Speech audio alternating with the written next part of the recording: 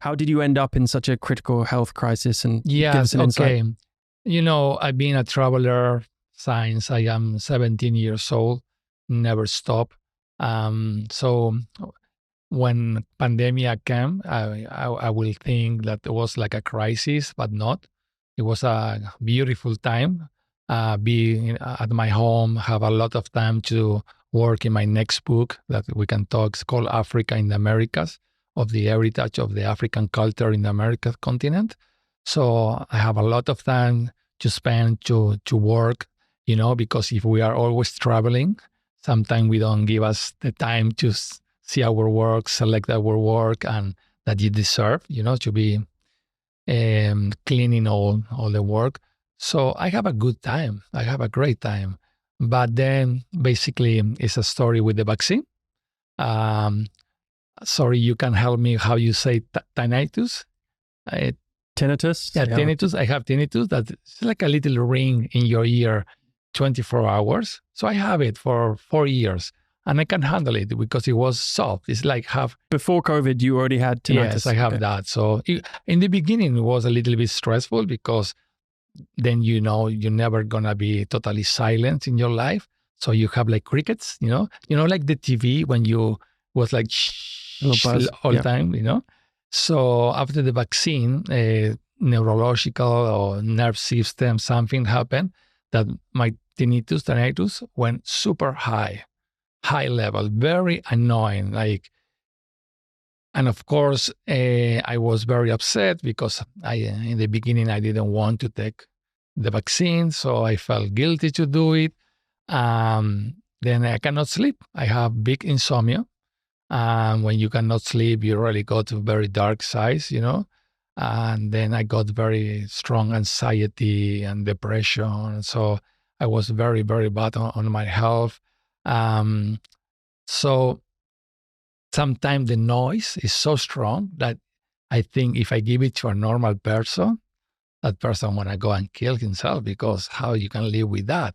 But what is amazing, and I know it's a long process, I'm going to tell you, but what is amazing is how the brain can get used to whatever need to get used, and you can live with that, okay?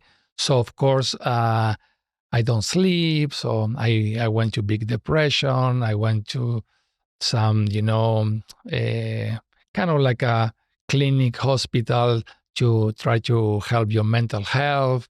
But I was very, very bad. So I went to a very strong process, getting worse and worse. At some point, I thought that maybe if I smoke a thing that's called bufo, that's DMT5, is a very strong medicine from the shamans on Mexico. It's stronger than ayahuasca, 5 times more stronger than ayahuasca. So people trying to tell you many, many, many things. And they told me, no, if you do that, it's going to help you to restart yourself. And of course, people need to be careful about that kind of things. Can be very good if you are in good mental health condition. But if you are not in good side and you're taking antipsychotic, anxiolytic, antidepressant pills like I was taking, that can be very dangerous. So I didn't die by a miracle. I think the shaman thought I was dead, but I come back to the life. And after that, I went to a strong process, going to a psychiatric hospital. And then I thought I recovered. But as I was telling you before, when you start to get better, you want to be back to the person that you think you was. And that's always going to be a mistake because life is telling you that something totally new is going to come in your life. So finally, after the third time, I was in a clinic it was a clinic more for people who have problem with drugs and alcohol. But every people who have any problem with drugs or alcohol is because they have a kind of like a mental health issue, right? Because for some reason you want to cover your bad feelings with drugs or drinking alcohol. So that was a fantastic clinic. Basically, it was like a miracle. Just one day, I found a very, powerful time meditation in my house. And I remember all the memories that maybe we talk later about all the times I live with the shamans in my life. And I I have this strong feeling like I'm going to get strong of that. So I totally reinvent myself. I cut my hair, cut my beard, I give away all my clothes. And then, of course, I like to share that because there is always a possibility to heal yourself because it's so powerful when you have when you don't surrender, because of course many people like I was, and I have friends that they kill themselves, and that's very, very sad. But I have a daughter, I have a family, I have so many people alive, so I will never give up, So one day I just hire a personal trainer, I hire massage, a healer, I start to play paddle every day, I start to do exercise.